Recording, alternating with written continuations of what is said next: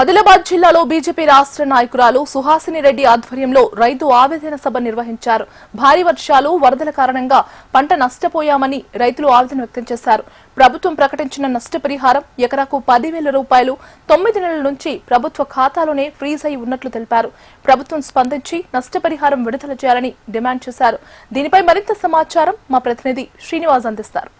భారీ వర్షాల వల్ల నష్టపోయిన రైతులు, ముంపుకు గురైన సంబంధించిన ప్రాంతాలకు సంబంధించిన రైతులకు సంబంధించిన నష్టపరిహారం చెల్లింపుకు సంబంధించి జరుగుతున్న జాప్యంపై పోరుబాట పట్టారు. రైతులకు సంబంధించి బీజేపీ మాజీ జిల్లా పరిషత్ చైర్పర్సన్తో పాటు రాష్ట్ర నాయకురాలు సుహాసిని రెడ్డి గారి నేతృత్వంలో రైతు పోరుబాట ఆవేదన సభ నిర్వహిస్తున్నారు. ఆవేదన సభకు సంబంధించి ఆదిలాబాద్ కాన్స్టిట్యున్సీకి సంబంధించిన 3 నుంచి 4 మండలాల రైతులు పెద్ద ఎత్తున పాల్గొన్నారు.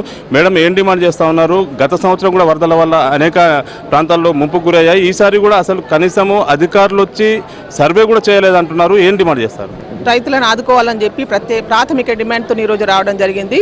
ఎందుకంటే గత సంవత్సరము కురిసిన భారీ వర్షాలకు ప్రభుత్వం పరిహారం ప్రకటించి ఏడాది గడిచింది. ఫైనాన్స్ డిపార్ట్మెంట్ ద్వారా నిధులు వచ్చిన తర్వాత కూడా దాని మీద ఫ్రీజింగ్ పెట్టింది. ఫ్రీజింగ్ ఎత్తేయాలి. ఫ్రీజింగ్ ఎత్తేస్తే కానీ రైతుల ఖాతాల్లో డబ్బులు జమ కావు. మరి ఈ విషయం ఎవరు అడగాలి? రైతుల తరపున దాదాపు ఈ జిల్లాకు చెందిన 12,775 మంది రైతులకు సంబంధించి 17,000 ఎకరాల భూమిలో పంట నష్టం జరిగింది. 17 కోట్లు కేటాయించిండ్రు కూడా. నిధులు కేటాయించినప్పటికీ రైతుల ఖాతాలో ఎందుకు వస్తలేవు? ఫ్రీజింగ్ పెట్టిండ్రు. ఫ్రీజింగ్ ఎప్పుడు ఎత్తేస్తారు? మరి 15 రోజులు ఆర్థిక ఇబ్బందులు ఉంటే నెల రోజుల్లో తొలగించాలా? ఫ్రీజింగ్ రైతులకు ఇచ్చేయాలా? కానీ 9 నెలలుగా నువ్వు ఫ్రీజింగ్ పెట్టినందుకు ఇవాళ రైతుల తరపున ఏ నాయకుడు మాట్లాడతలేడు. ప్రతిపక్షం అడుగుతలేదు కాబట్టి ప్రభుత్వం ఇస్తలేదు. మరి రైతులకు ఎవరు న్యాయం చేయాలి? కాబట్టి రైతులను చైతన్యం చేసి గ్రామాల్లో తిరిగినప్పుడు అసలు వాళ్ళకి తెలియదు. ఎందుకంటే పోయిన సంవత్సరం మునుగుడే కాదు, ఈ సంవత్సరం కూడా మునిండ్రు. ఈ ఆట మునుగుతుంది, ఇట్లనే పోతుందని రైతులు కూడా దెబ్బ మీద దెబ్బ పడ్డా వాళ్ళు ప్రశ్నించారు. రైతులు అడుగుతలేరు కాబట్టి ప్రభుత్వాలు కూడా నిర్లిప్తంగా ఉంటున్నాయి రైతుల పట్ల. కాబట్టి ఇవాళ రైతుల తరపున నేను ప్రభుత్వాన్ని ఒకటే డిమాండ్ చేస్తున్నా. మీరు ముఖ్యమంత్రి గారు స్వయంగా 10,000 ప్రకటించి ఏడాది గడిచింది.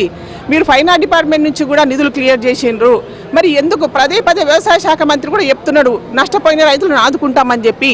మరి పోయినసారి నిధులు వచ్చిన వాటిని ఇస్తలేరు. ఈ సంవత్సరం మునిగినా కానీ ఎవరు వచ్చి చూస్తలేరు. సర్వేలు లేవు. మరి రైతులు మరి ఎటు పోవాలా? తెలంగాణ రాష్ట్ర ప్రభుత్వం ఒకవైపేమో మేము రైతు పక్షపాత ప్రభుత్వం అని చెప్తుంది. మరి ఇక్కడ రైతుల గోసనేమో ఇట్లా ఉన్నది. కాబట్టి రైతులతో నువ్వు చైతన్యం చేసి వారి తరపున నేను ప్రభుత్వాన్ని ఒకటే డిమాండ్ చేస్తున్నా. ఫ్రీజింగ్ వెంటనే ఎత్తేయండి, రైతులకు న్యాయం చేయండి. కాగా ఎవరు అసలు ఏం జరిగింది? మీకు ఎంత భూమి ఉంది? ఎంత కార్యక్రమ భూమిలో పూరముని పిప్రాడ నిరుడి రాలే రాసుకున్న 10,000 ఏమి ఇవ్వాలి.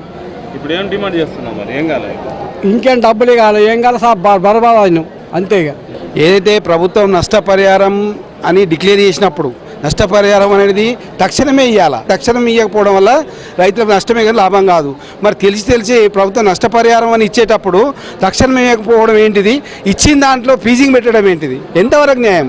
లాస్ట్ ఇయర్ది నష్టపరిహారం చెల్లింపు ఫ్రీజ్ అయింది అంటున్నారు. ఈసారి కూడా దాదాపు 10 నుంచి 15,000 ఎకరాల ముంపుకు గురైంది. దీని మీద అసలు సర్వేనే జరగలేదు, ఎవరు రాలేదు అంటున్నారు. అయితే పైసలు ఇవ్వలేదు కాబట్టి ఎట్లా రావని చెప్పి రైతులుకున్నారు. ఇక ఇచ్చేటోడు ఇతనికే తయారు లేనప్పుడు ఇంకా నెత్తి పట్టుకున్నాడు ఏంటిదని ఒప్పుకున్నారు. కానీ రేపు ఓట్లు వేసేటప్పుడు చెప్తారు రైతులు ఏం చేయాలనేది. ఫైనల్గా ఏం లేదు, ఫీజింగ్ అనేది తీసేయాలా, డబ్బులు ఇచ్చేయాలి, అప్పుడే ఇవ్వాలా. ఇవ్వడం క్షమాపణ చెప్పాలి రైతులకి ముఖ్యమంత్రి గారు. ఎందుకంటే డబ్బులు అనేది నష్టపరిహారం అనేది ఉంటుందో రేపు పంట వేసుకోవడానికి ఇవ్వడం. కానీ ఆగస్టులో పోయిన పంటకు సెప్టెంబర్లో అక్టోబర్లో రేపు రెండో క్రాప్గా వేసుకుంటుండే కదా, శనగ వేసుకుంటుండే, పంట వెళ్ళిపోతుండే. రైతులకు డబ్బులు లేక కొందరు పంట కూడా వేయలే, బీడు పోయినాయి భూములు, అట్లనే ఉన్నాయి. దాన్ని ఏం చేసుకోరాలేదు. మరి 10,000 ఇస్తాను ఎందుకు ఇచ్చినామంటే ఆ 10,000 కూడా ఇలా బీమా వేసి ఉంటే బీమా వస్తుండే. బీమా చేయలేదు కాబట్టి ఇవ్వాల్సి వచ్చింది ప్రభుత్వం. బీమా వేసి ఉంటే మేము రైతులు కూడా అడగకపోతుండే.